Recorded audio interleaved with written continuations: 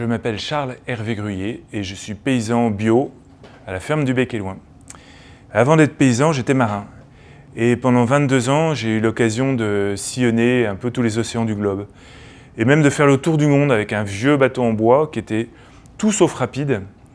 Et j'ai été frappé par la petitesse de la planète.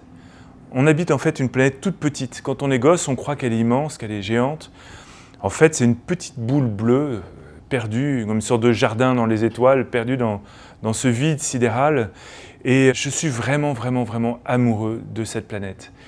Aujourd'hui, je suis paysan et je suis devenu paysan non pas avec l'envie de faire des grosses récoltes ou un gros chiffre d'affaires. Je savais bien qu'il ne fallait pas devenir paysan bio pour ça, mais avec la volonté de servir la vie, de mettre toute mon énergie d'être humain au service de cette merveilleuse petite planète bleue.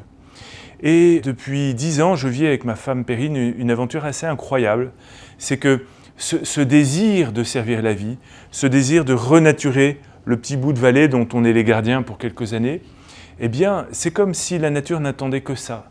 C'est comme si elle avait envie qu'on mette nos capacités d'être humain au service des plantes, des animaux, des pierres, du ruisseau, de l'air, du vent, des nuages, avec qui on partage ce petit bout de territoire. Notre intention première, c'était de faire en sorte que la vie puisse s'épanouir et de donner une place prioritaire à la beauté. Donc on a toujours cherché la beauté. Et la nature, dans sa grande générosité, nous a en plus donné des récoltes de plus en plus abondantes. Et on cherche à cultiver à la main, dans une démarche très amoureuse, ou alors avec un cheval et des outils modernes, mais des outils sans pétrole, ce qui est quand même pas anodin à notre époque.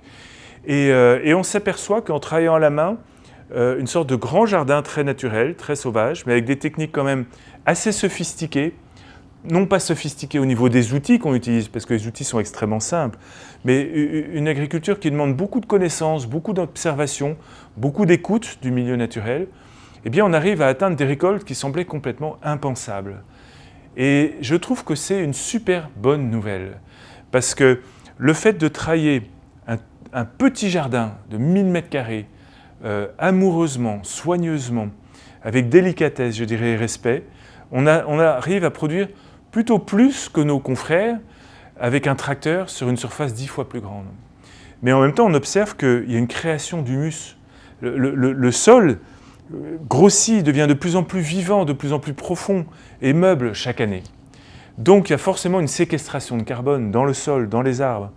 On observe aussi qu'il y a un super impact sur la biodiversité. Ce petit territoire est très densément occupé par les êtres humains, mais de plus en plus également par plein de formes de vie sauvage. Donc ce qu'on a vécu depuis 10 ans à la ferme du Bec et Loing, c'est juste une histoire d'amour avec la terre. Et cette histoire nous raconte que oui, si on sert la vie, elle répond avec générosité, avec fécondité, avec durabilité.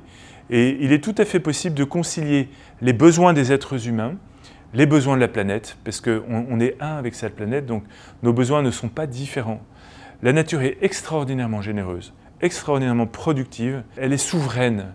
Et quand on se met à son service, elle nous le rend 1000 fois. Voilà, c'est ce que je voulais partager avec vous, chers amis.